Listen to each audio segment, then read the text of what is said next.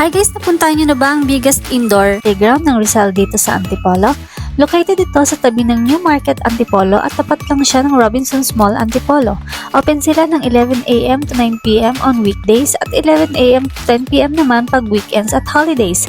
Kasama ng buong pamilya, talagang magka-enjoy kayo hindi lang ng mga bata kundi pati ng mga matatanda.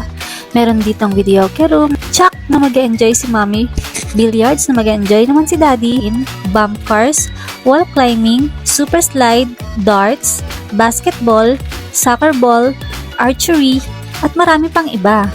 Bago ka nga pala makapasok sa kanilang Infiniplay, kailangan mo munang pumila sa cashier nila sa shopping center para gawin ang mga steps upang makabili ng tickets.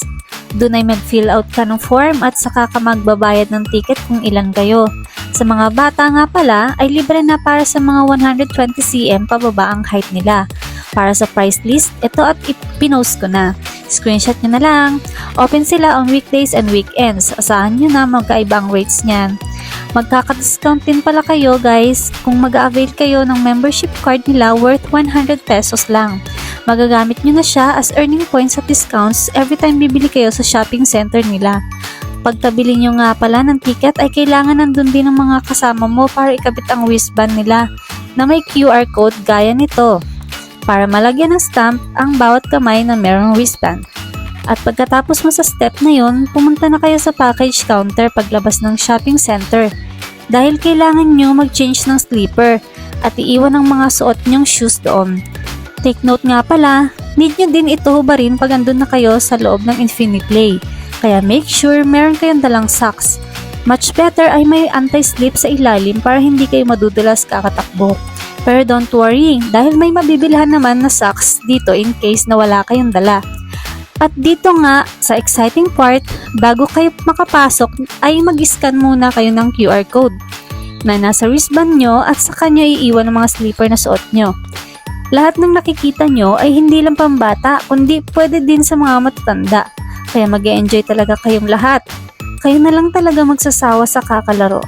Meron din silang tambayan para magpahinga ka. At pag na-lowbat cellphone mo, meron silang charging station. At pag nag-recharge na kayo ng cellphone mo, balik na ulit sa paglalaro. Pag nagutom naman kayo, ay pwede naman lumabas para kumain. Maraming mabibila na pagkain sa kanilang food court. Anytime na pwede bumalik sa loob, basta mag-scan lang ng QR wristband nyo. Take note din pala, ang toilet ay nasa labas din ng Infiniplay na medyo may kalayuan pero dun lang din naman sa same floor ng playground. Pumunta nga pala kami ng mga 2 PM at umuwi kami ng 7 PM. Kaya sulit talagang binayad namin dahil nag-enjoy talaga kami as in. Kaya ano pang hinihintay nyo? Sugod na din kayo at mag-enjoy kasama ng buong pamilya. Salamat sa panood! Bye!